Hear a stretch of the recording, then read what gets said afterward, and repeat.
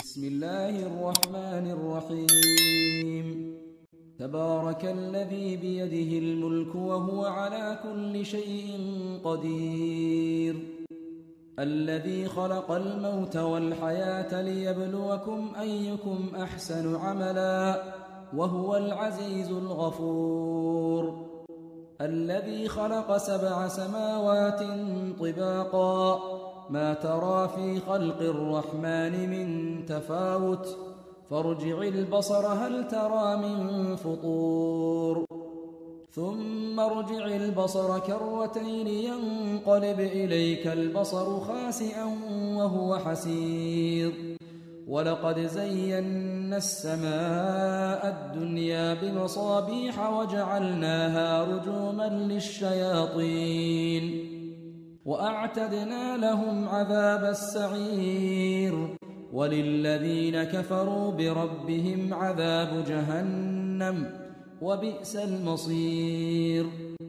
إذا ألقوا فيها سمعوا لها شهيقا وهي تفور تكاد تميز من الغيظ، كلما ألقي فيها فوج سألهم خزنتها ألم يأتكم نذير، قالوا بلى قد جاءنا نذير فكذبنا وقلنا ما نزل الله من شيء إن أنتم إلا في ضلال كبير، وقالوا لو كنا نسمع أو نعقل ما كنا في أصحاب السعير، فاعترفوا بذنبهم فسحقا لأصحاب السعير.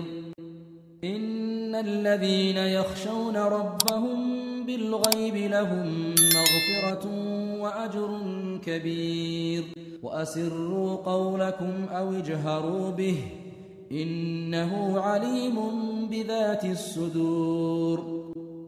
ألا يعلم من خلق وهو اللطيف الخبير. هو الذي جعل لكم الأرض ذلولا فامشوا في مناكبها وكلوا من رزقه وإليه النشور. أأمنتم من في السماء أن يخسف بكم الأرض فإذا هي تمور، أم أمنتم من في السماء أن يرسل عليكم حاصبا فستعلمون كيف نذير. ولقد كذب الذين من قبلهم فكيف كان نكير.